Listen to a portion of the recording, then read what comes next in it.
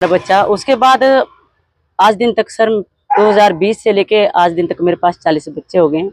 मुझे जो भी बच्चा कहीं भी कोई बीमार है, कीड़े पड़े हुए हैं, एक्सीडेंटल है, कुछ भी है, मुझे कोई भी दिखता है मतलब ऐसे कि जिसको नीड है, मैं उठा लेती हूँ और मैं उनके ट्रीटमेंट कराती हूँ। और फिर सर बाहर छोड़ने के लिए कोई जगह है नहीं, सेफ जगह होती नहीं है, फिर मैं अपने पास रख लेती हूँ।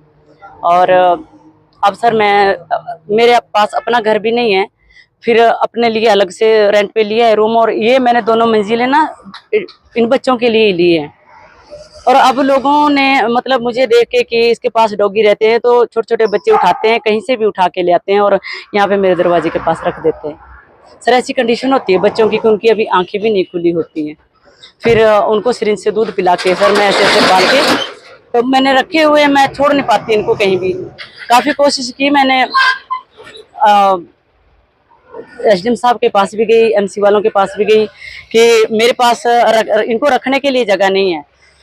बाकी तो चलो मैं करवा लूँगी जैसे तैसे, खाने का भी और रहने का भी, मतलब किराए का भी, जो भी होगा, ट्रीटमेंट का भी। पर मुझे थोड़ी सी जगह प्रोवाइड करवा दे, कहीं भी जगह दिला दें कि इनको मैं शेड बना सकूं। शेड का भी मैं खुद खर्चा उठा लूंगी सर, जहाँ पे मैं इतना कर रही हूँ वो भी कर लूंगी। लेकिन यहाँ पे बच्चे ना बहुत दुखी हो चुके हैं। अगर यहाँ पे सुखी होते, मेरे पंखा खराब हो रखा है सर, और इतनी भारी गर्मी में भी मेरे बच्चे बिना पंखे के रह रहे हैं। मैं इतनी मतलब परेशान हूँ, मैं खुद से परेशान नहीं हूँ, मैं इन बच्चों से के दुख से परेशान हूँ।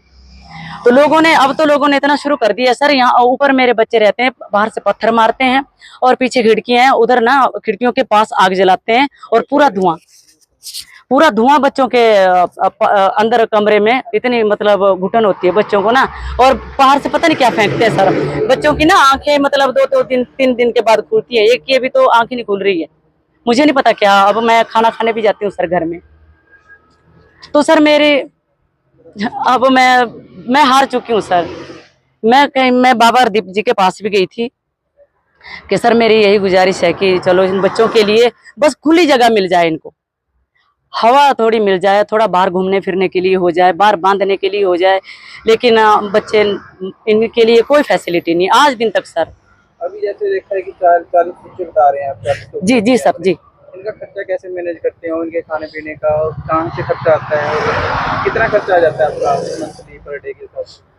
सर पर डे के हिसाब से 250-500 तो चपाती आ जाती है 5 रुपए के हिसाब से, और 50 थैली दूध की आ जाती है पूरे दिन में।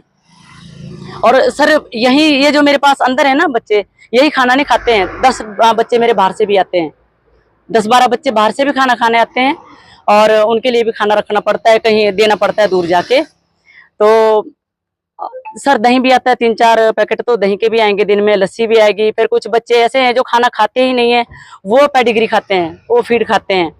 फिर कुछ फ्रूट खाते हैं, पपाया खाते हैं, वो भी खाना नहीं खाते हैं। तो सर अब आइडिया लगा लो, आप कितना 10,000 रेंट भरना पड़ता है, फिर ऊपर से सर इनके ट्रीटमेंट है। और बच्चे छोटे छोटे बच्चे हैं सर, उनका अलग से दूध ही आता है और वो तो दूध ही पीते हैं। क्या मांग करते हैं सरकार से, कितना खर्चा आता है, क्या होना चाहिए? सर मैं सरकार से यही मांग करती हूँ कि ठीक है, मुझे किसी ने कहा नहीं है कि आप ये बच्चे उठाओ, इनके ट्रीटमेंट कराओ। मुझे सिर्फ दया आती है और मैं देख नहीं सकती है इस हालत में। तो सर ये सब कुछ देखते हुए ना, मैं इनको छोड़ नहीं सकती कि मैं जिसको नीड है मैं उसको छोड़ दूं और मैं आ जाऊं। मेरी इतनी कंडीशन खराब होते हुए भी मैं उठा लेती हूँ, ये मेरी मजबूरी है कि मुझसे देखा नहीं जाता है। मैं सरकार से यही मांग करती हूँ कि अगर हो सके तो, जैसे मैं कमा नहीं पाती हूँ सर, कुछ इनके राशन पानी का सर। पानी देना मैंने अभी आपको, है ना, बर्तन साफ करना है।